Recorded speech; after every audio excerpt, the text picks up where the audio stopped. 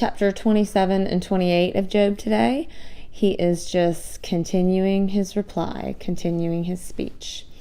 So here we go with Job 27 and 28. And Job continued his discourse. As surely as God lives, who has denied me justice, the Almighty who has made me taste bitterness of soul. As long as I have life within me, the breath of God in my nostrils, my lips will not speak wickedness, and my tongue will utter no deceit. I will never admit you are in the right. Till I die, I will not deny my integrity. I will maintain my righteousness and never let go of it. My conscience will not reproach me as long as I live. May my enemies be like the wicked, my adversaries like the unjust. For what hope has the godless when he is cut off, when God takes away his life? Does God listen to his cry when distress comes upon him? Will he find any delight in the Almighty? Will he call upon God at all times? I will teach you about the power of God. The ways of the Almighty I will not conceal. You have seen all this yourselves. Why then this meaningless talk? Here is the fate God allows to the wicked, the heritage a ruthless man receives from the Almighty. However many his children, their fate is the sword. His offspring will never have enough to eat. The plague will bury those who survive him, and their widows will not weep for them. Though he heaps silver like dust and clothes like piles of clay, what he lays up the righteous will wear, and the innocent will divide his silver. The house he builds is like a moss cocoon, like a hut made by a watchman. He lies down wealthy, but will do so no more. When he opens his eyes, all is gone. Terror overtakes him like a flood. A tempest snatches him away in the night. The east wind carries him off, and he is gone. It sweeps him out of his place. It hurls itself against him without mercy, as he flees headlong from its power. It claps his hands in derision and hisses him out of his place.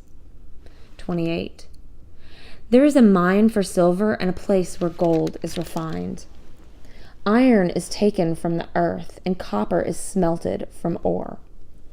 Man puts an end to the darkness. He searches for the farthest recesses, for ore in the blackest darkness. Far from where people dwell, he cuts a shaft. In places forgotten by the foot of man, far from men he dangles and sways. The earth from which food comes is transformed below as by fire. Sapphires come from its rocks, and its dust contains nuggets of gold. No bird of prey knows that hidden path.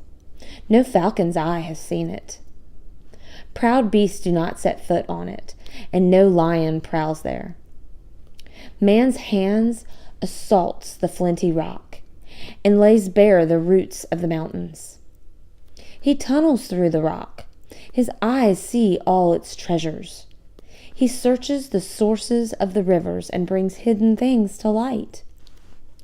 But where can wisdom be found? Where does understanding dwell?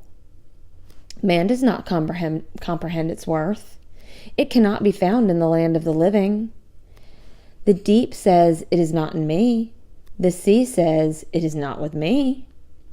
It cannot be bought with the finest gold, nor can its price be weighed in silver.